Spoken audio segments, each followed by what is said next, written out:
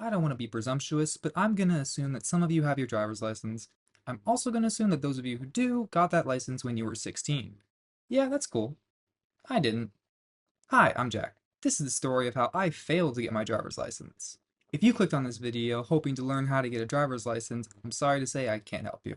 I was never one of the popular kids, so I never saw the need to know how to drive. My friends all lived close enough to bike or walk, and I wasn't sneaking out to raves, so the ability to drive myself seemed fairly pointless. So I never took the time to take driver's ed or even learn how to drive until I was 17.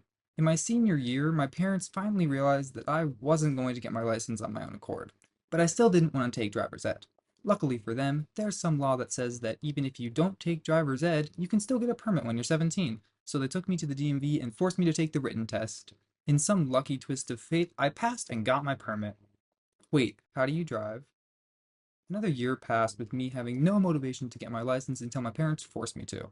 And because I didn't take driver's ed, I had to take a special course for people who didn't take driver's ed. It was supposed to take 6 hours to complete, but somehow I finished in under an hour. Don't ask me how, maybe I didn't read the instructions properly, but I passed, so I did something right. In order to get your license, you have to show a bunch of forms of ID. The night before taking the tests, I put all my documents in a plastic sheet. I set my alarm for 6 o'clock because the DMV opened at 7:30 and everyone knows what the DMV is like. I have a digital watch. Some of you may think that's weird because I have a phone. Why do I need a second device to tell the time? But I do, and I use it to set alarms. Anyway, back to the story. I woke up to a semi-bright room. I tried to check my watch, but the room was too dark and I couldn't make out any of the numbers. I should mention that at this point, my watch was 4 years old, and the buttons that made the numbers light up no longer worked. So I sat up and pulled back the curtains. I lay back down to try to sleep the next 6 hours away, but since I'd physically gotten up, my mind started running.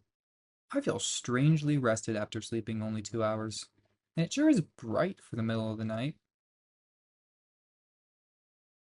Of course, my watch decides to break down on the literal one night I need to use it. Luckily, I'd woken up at 6:30, which meant I wasn't late.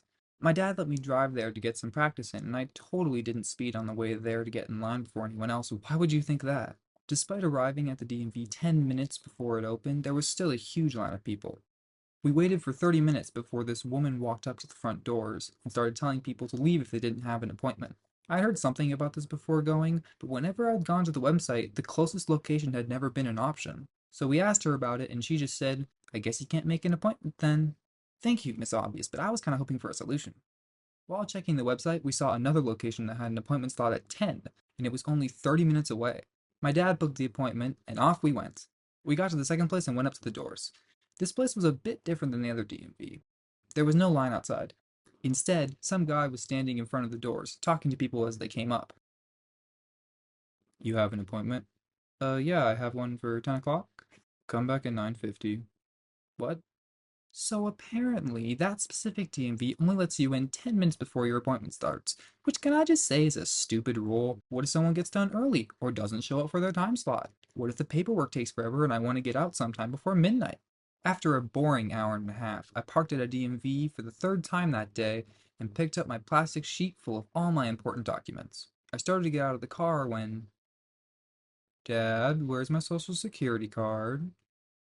So apparently keeping the piece of paper the size of a credit card in a pouch 4 times its size isn't the best idea.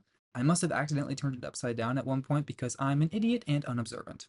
No, this story does not end with, oh no, I accidentally dropped my card under my seat. Oops, time to get my license. My dad and I checked everywhere, but we never found the card. I ended up having to cancel the appointment and apply for a new social security card. My dad drove us back, which was good because I'm pretty sure drunk with anger counts as DUI.